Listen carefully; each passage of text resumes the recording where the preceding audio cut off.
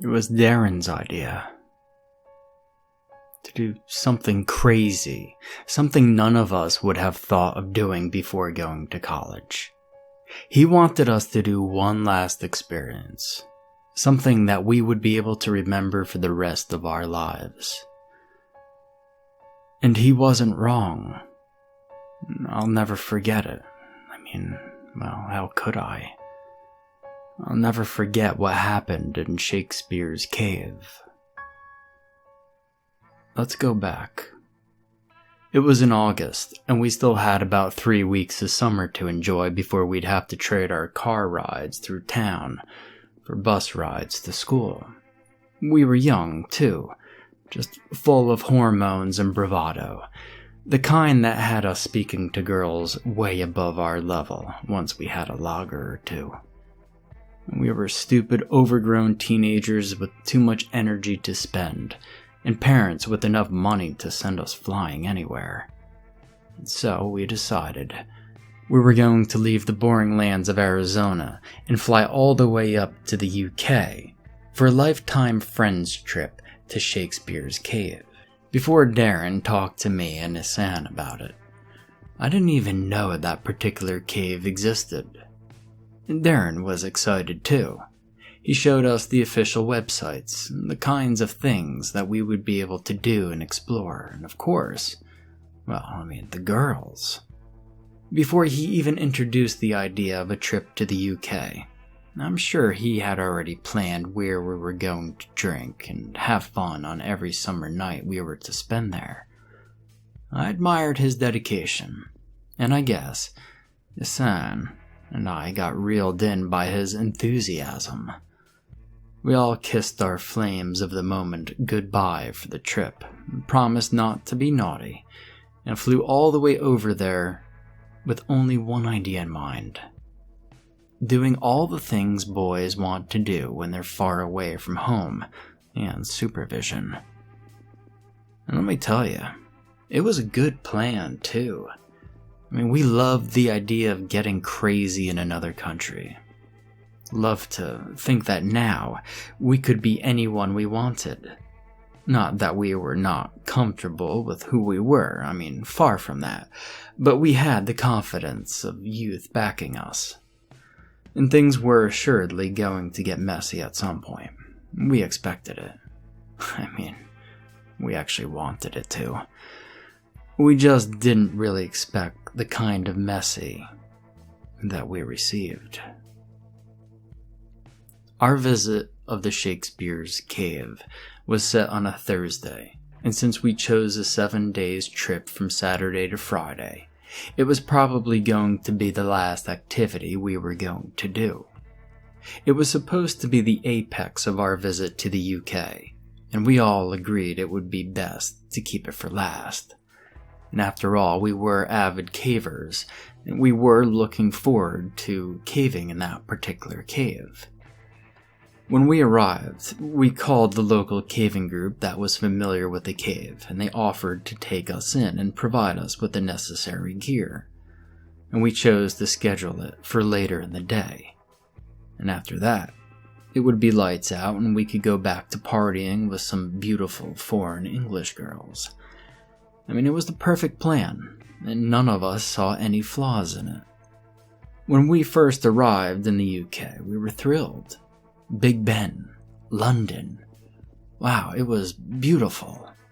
Oh, and the people there? Wow, lively as hell. We were about ready to unleash on the city and get all sorts of wild and drunk, but first we had to check in at our hotel. Needless to say, we were disappointed. When Darren said he checked us 3 beds in 1 room, well, we had a hard time believing him, and we were right to do so. When we finally reached our room, we quickly realized there were 2 double beds and a cot in the living area of the room. And it wasn't hard to decide who was getting the cot, and after much complaints and deliberation on his part, Darren had to throw in the towel. After all, his mistake, his bed, or cot. However, Hassan and I promised to get him drunk every night, so he'd sleep well anyway. We laughed it off and unpacked a bit, but the adventure called to us, and we went out on the city. When I woke the next day, I was laying next to a below-average-looking girl. And don't get me wrong, I mean, she probably had a great personality, but my boys were staring at me and this girl from the other side of the bed with huge, shit-eating grins etched into their face. I mean, okay, I admit, we were rude, but boys will be boys. She had a huge nose. Her glasses were on the night table, and there was just something about her teeth that wasn't right. And I didn't remember anything, but after carefully slipping out of bed and dressing, we did politely wake her up and redirected her out the door. The roar of laughter that followed, well, I hope she never heard, and I do feel bad for her now that I'm saying this, and well, between you and me, I did keep her number. I got teased about her for the rest of the week, too, even though I was the one getting girls left and right. They just wouldn't let me forget about her. Anyway, moving on. We spent the first few days partying like our lives depended on it. We spent our time having no care in the world while our wallets emptied and our credit cards loaded. Before Thursday, we had about £1,500 spent on alcohol, girls, and random tourist stuff. And the funniest purchase was still Darren's UK-colored hat that was about 2 feet high. He looked absolutely ridiculous, but hey, we were living it. We were having so much fun. Thursday finally came, and we dragged our hungover, tired asses to the shuttle bus that was going to drag us all the way to the Devil's Bridge.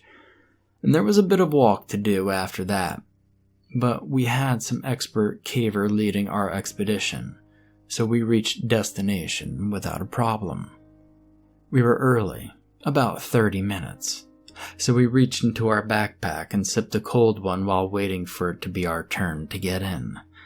Besides, nothing's better than a cold one when you're about to do something stupidly thrilling, like exploring the Shakespeare's caves.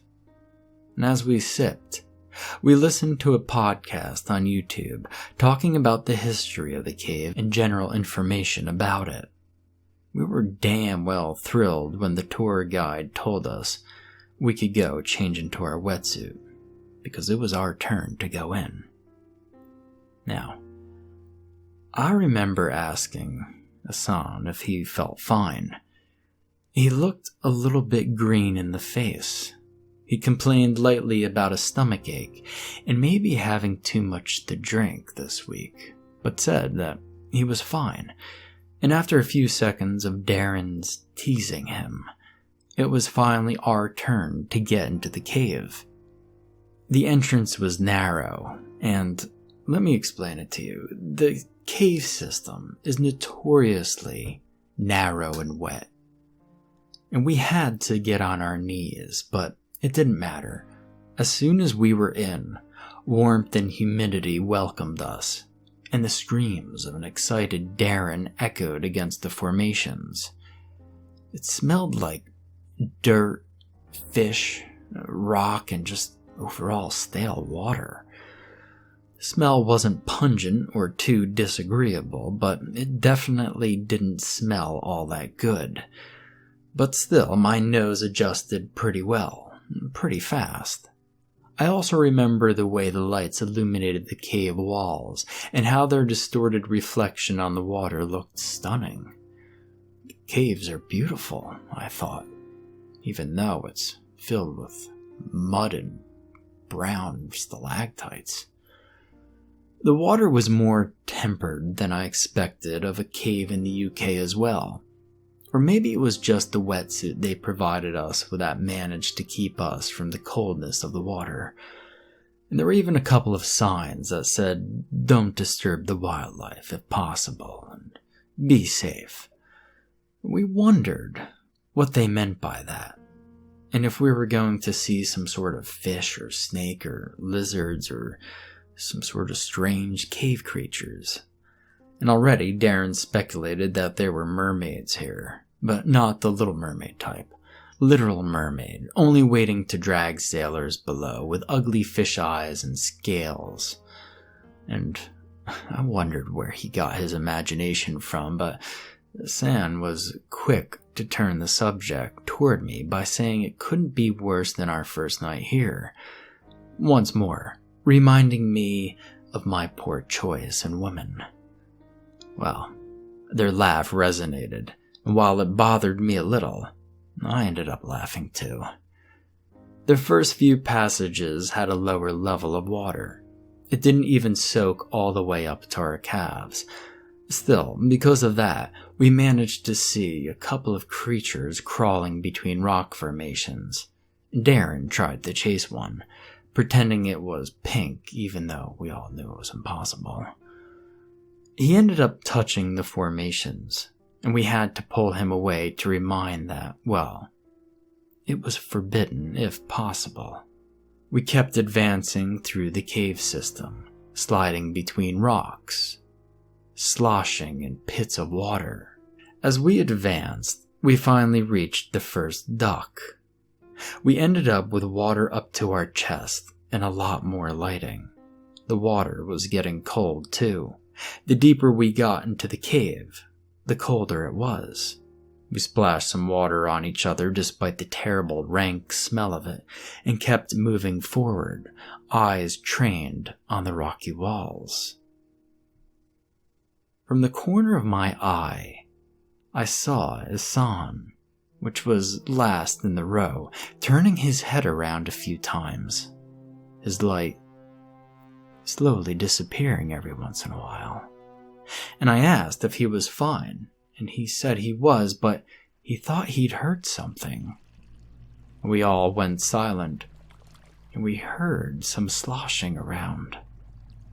And we thought maybe there was a group behind us, even though the expedition leader told us that it wasn't possible, and that they were really the only caving group in the area that could actually cave in this particular cave. We even thought people were talking, but maybe that was just the wind dying against the rocks, and the sound of the waters echoing around us. Or maybe it was in my mind. And so, we kept walking. The sun turned around a few times, and then we reached the second duck. Now when I say duck, it's essentially a wall that you have to duck under. And if the water level's high enough, you have to go underwater to get to the other side. This one was essentially under the water. We duck under the duck, we get through to the other side to where it opened up a little bit. And we all froze. We heard a lot of sloshing.